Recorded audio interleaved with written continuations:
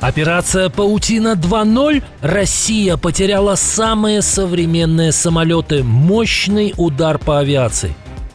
Китай готовится к схватке с США. Мощный удар по американским базам и разрушительный конфликт. Официальное заявление.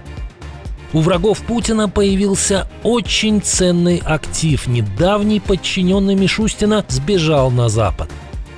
Демобилизация стала реальнее. Зеленский анонсировал большие реформы. Месяц до катастрофы. Многие страны превратятся в Кубу. Встанет почти все. Украинские силовики снова взялись за известного олигарха. Шансов дожить до освобождения стало меньше. Мастер-класс по дипломатии. Большой друг Москвы рассказал, как ведет переговоры у сортира.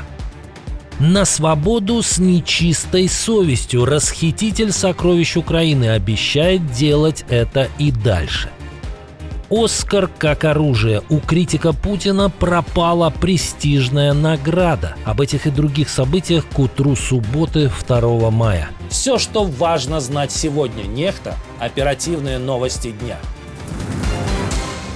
Мощный удар по авиации. ВСУ поразили сразу большую группу российских самолетов. По данным Генштаба, речь идет о бомбардировщике Су-34 и сразу нескольких новейших истребителях 5-го поколения Су-57. Их держали подальше от Украины, на Урале, но рука возмездия дотянулась до ценной техники агрессора даже там. Удар был нанесен дронами, которые пролетели до цели расстояние в 1700 километров, нанеся удар по аэродрому Шагол в Челябинске. Неделю назад мы рассказывали вам об ударах дронов по Уралу. Тогда стало известно о взрывах в Челябинске и Екатеринбурге, но только теперь Генеральный штаб ВСУ поделился деталями этой операции.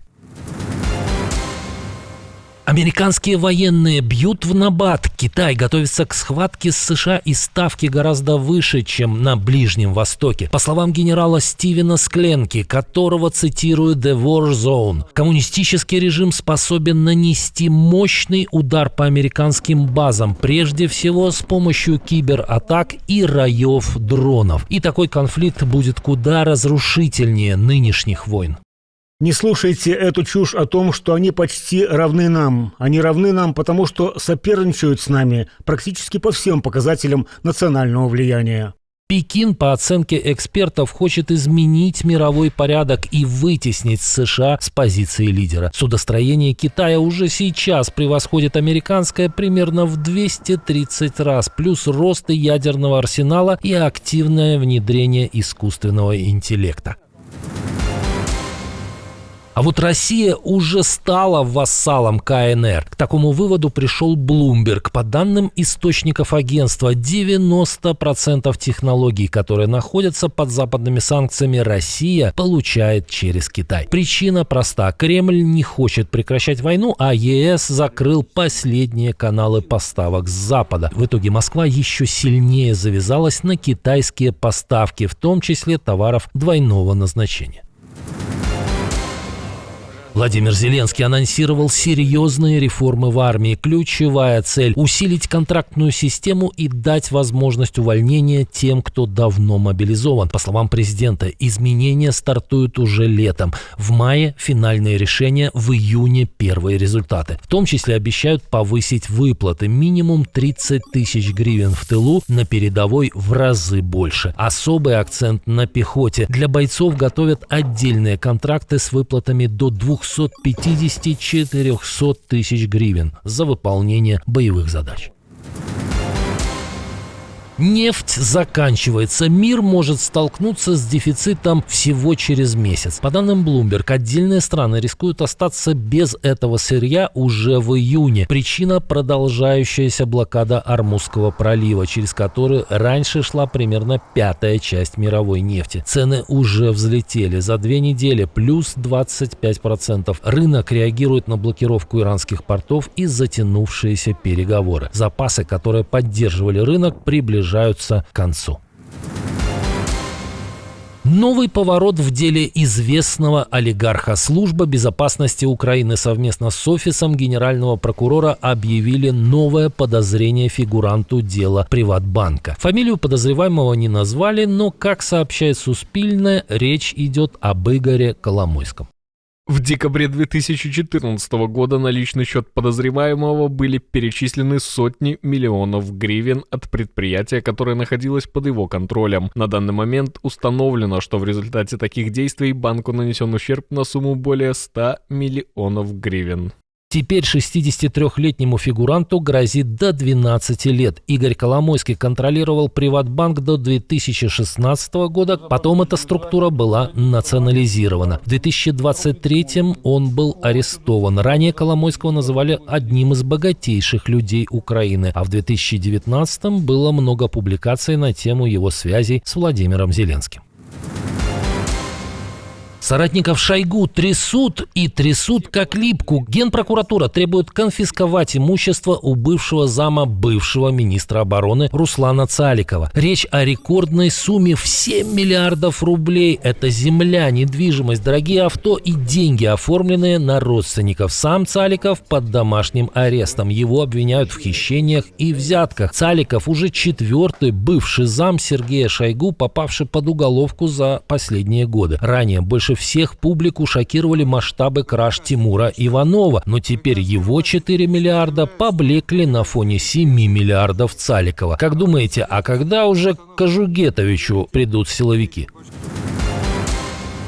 А вот один из членов российского правительства ждать следователей не стал. Бывший заместитель министра Денис Буцаев, по данным источников, покинул страну. Он выехал через Беларусь и Грузию прямо в день своего увольнения. Официально по собственному желанию, но параллельно всплыли уголовные дела против топ-менеджеров структуры, которую он возглавлял. В материалах следствия упоминается и сам Буцаев. Речь идет о системе переработки отходов с оборотом в сотни миллиардов. Проект уже признали провальным на самом верху после срывов сроков и роста затрат. По данным российских СМИ, чиновник решил спрятаться в самом сердце бездуховного Запада, с которым борется российская власть в Соединенных Штатах Америки.